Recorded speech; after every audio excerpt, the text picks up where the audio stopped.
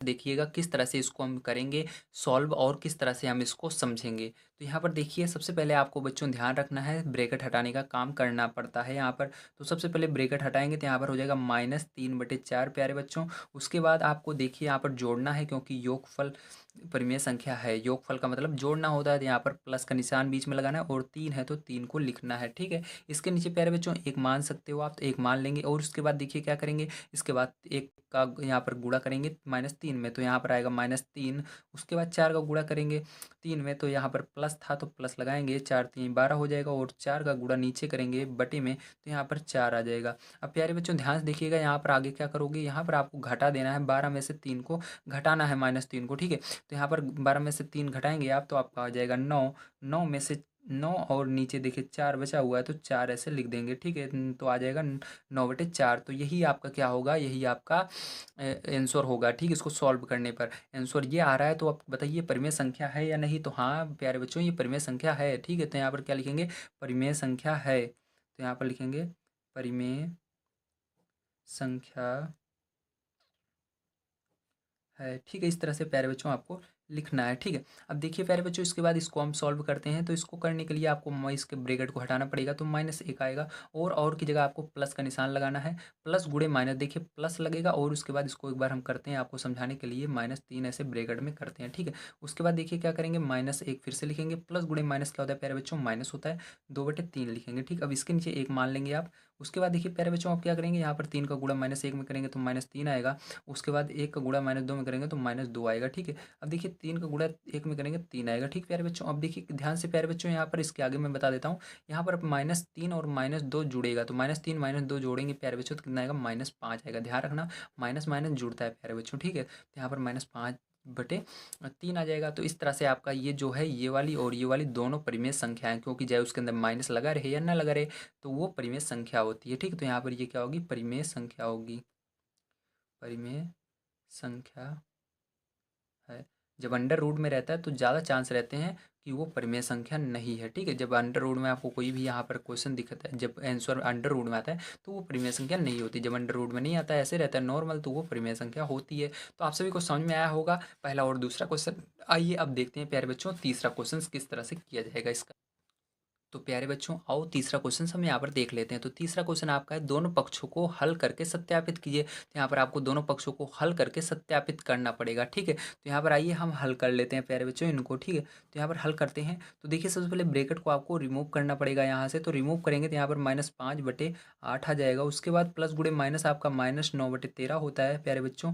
उसके बाद इधर भी ऐसे ही करेंगे तो -9/13 आ जाएगा, और प्लस गुणे माइनस -5/8 हो जाएगा, ठीक है। अब देखिए यहाँ पर प्यारे बच्चों क्या करना पड़ेगा, 13 और 8 का आपको लासा लेना पड़ेगा। 13 और 8 का हम यहाँ पर लासा ले लेते हैं, जिसको हम एलसीएम कहते हैं, ठीक है। तो 8, 13 यहाँ पर है। तो देखिए यहाँ पर 13 और 8 किस टेबल में एक साथ आते हैं, तो किस टेबल में नहीं आते। तो याद रखना है आपको 8 के टेबल से पहले डिवाइड करना पड़ेगा। तो 8 के टेबल से करेंगे तो 8 के टेबल में 8 ही आता है, तो एक बार आएगा, और यहाँ पर 13 नहीं आता, तो 13 ऐसे लिखेंगे। फिर 13 के टेबल से डिवाइड करेंगे तो यहाँ पर 1 आएगा, और यह भी एक बार में जाएगा। तो अब क्या करना है प्यारे बच्चों, लासा आपको निकालने के लिए ध्यान रखना है, लासा निकालने के लिए क्या करना पड़ेगा आपको, जो 8 × 13 है तो इसको गुणा कर लेना है, 8 × 13, ठीक है। तो ध्यान से देखिएगा यहाँ पर 8 × 13 आप करेंगे तो 8×3 = 24 होता है, 4 आ जाएगा, और 8 × 1 = 8।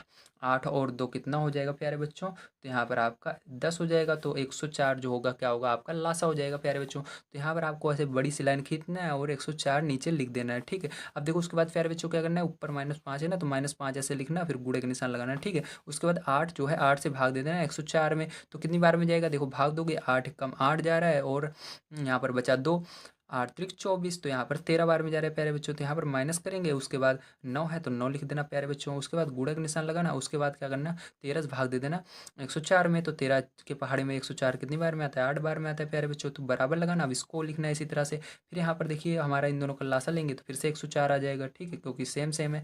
फिर -9 लिखेंगे, फिर 13 से भाग दे देंगे 104 में, तो 8 आएगा प्यारे बच्चों। फिर -5 लिखेंगे, फिर गुणा लगाएंगे प्यारे बच्चों, उसके बाद 8 से भाग दे देंगे 104 में, तो 13 आएगा, ठीक है। इस तरह से करना है आपको। अब गुणा कर लेंगे प्यारे बच्चों यहाँ पर, तो गुणा करेंगे तो देखिए क्या आएगा, ध्यान से देखिएगा।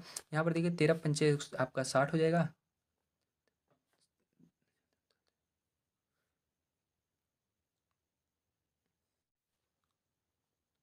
तो 13 पंचे आपको 65 हो जाएगा, तो यहाँ पर 65 लिख देंगे प्यारे बच्चों माइनस का, और यहाँ पर गुणा करेंगे तो 9 9 72 होता है, तो 72 लिख देंगे, ठीक है। और यहाँ पर 104 है, तो 104 आपको लिख देना है बराबर। प्यारे बच्चों देखो यहाँ पर भी आप गुणा करेंगे तो माइनस का ये 72 आ जाएगा, माइनस ये आपका 65 आ जाएगा, ठीक है। और नीचे 104 आ जाएगा, ठीक है। अब देखिए प्यारे बच्चों यहाँ पर क्या करेंगे, इसको जोड़ेंगे क्योंकि दोनों समान चिन्ह है तो जुड़ेगा। 5 और 2 कितना हो जाएगा, 7 हो जाएगा प्यारे बच्चों। यहाँ पर 7 और 6 जब जोड़ेंगे तो आपका कितना हो जाएगा, 13 हो जाएगा। तो 13 आ गया, अब माइनस लगाएगा क्योंकि दोनों माइनस है तो माइनस लग जाएगा 104, ठीक है। अब देखिए इधर भी आप जोड़ेंगे तो इसी तरह हो जाएगा, माइनस का 137 हो जाएगा और बटे में 104 हो जाएगा, ठीक है। तो इस तरह से आपको करना था प्यारे बच्चों। तो यहाँ पर देखिए दोनों तरफ समान आ रहा है, तो ये आपका सत्यापित हो गया। इस तरह से आपको करना था। आइए इसका दूसरा पार्ट प्यारे बच्चों देखते हैं, दूसरा पार्ट किस तरह से होगा। तो प्यारे बच्चों देखिए दूसरा पार्ट आपका कुछ इस तरह से है। अब इसको करना है आपको, ठीक है। ध्यान से देखिएगा किस तरह से किया जाएगा प्यारे बच्चों। अगर कोई चीज़ समझ में ना आ रही हो तो प्लीज़ कमेंट बॉक्स में बताइएगा। अब देखो यहाँ पर सबसे पहले आपको क्या करना पड़ेगा प्यारे बच्चों, यहाँ पर 3 को लिखेंगे और इसके नीचे 1 मान लेंगे।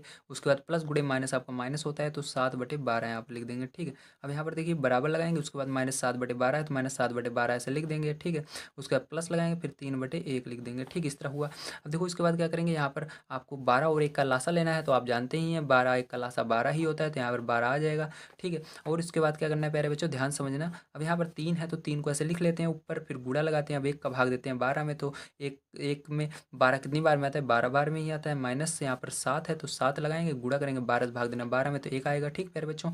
अब देखिए -7 यहाँ पर लिखना है, ठीक। फिर यहाँ पर लासा ले लेंगे तो 12 ही आएगा। फिर यहाँ -7 लिखना है, गुणा लगाना है, फिर 12 का भाग देना है 12 में, तो 1 आएगा। प्लस लगाना है, 3 लिखना है, गुणा लगाना है, 1 से भाग देंगे 12 में, तो कितना आएगा, 12 आएगा, ठीक है। तो इस तरह से करना था। अब देखो इसके बाद प्यारे बच्चों क्या करोगे, ध्यान से देखना। अब यहाँ पर 12 का पहाड़ा पढ़ोगे 3 बार, तो 12 तियाँ कितना होता है, 36 होता है। -7 एकम 7 होता है, ठीक है। अब यहाँ पर 12 लिख दोगे नीचे, ठीक है, बराबर। अब यहाँ पर भी -7 आ जाएगा और यहाँ पर प्लस लिखोगे और यहाँ पर 12 का गुणा 3 में करोगे, तो 12 तियाँ कितना होगा आपका, 36 ही होगा, बटे में 12 लिख दोगे, ठीक। अब यहाँ पर क्या करोगे प्यारे बच्चों, देखो ध्यान से।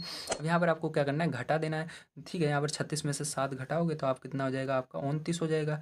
29/12 आ जाएगा, ठीक है। तो इधर भी घटाओगे तो कितना आ जाएगा प्यारे बच्चों, यहाँ पर भी आपका 29 आ जाएगा, ठीक है। तो यहाँ पर आप घटाओगे तो आपका 29/12 आ जाएगा। तो प्यारे बच्चों इस तरह से देखिए दोनों साइड आपका बराबर आ रहा है, तो बड़ी आसानी से आपका प्रूफ हो गया कि हाँ किस तरह से इसको प्रूफ करना था, ठीक है। तो आपको समझ में आया होगा। चलो इसके बाद प्यारे बच्चों देखते हैं इसका थर्ड पार्ट। थर्ड नंबर का पार्ट बहुत ही इंपॉर्टेंट है, उसको ध्यान से देखिएगा क्योंकि वो बड़ा है और उसको समझने में बहुत बच्चों को परेशानी भी होती है, ठीक है। आपको परेशानी नहीं होनी चाहिए, ध्यान समझिएगा। जो चीज़ समझ में ना आए ज़रूर बताइएगा।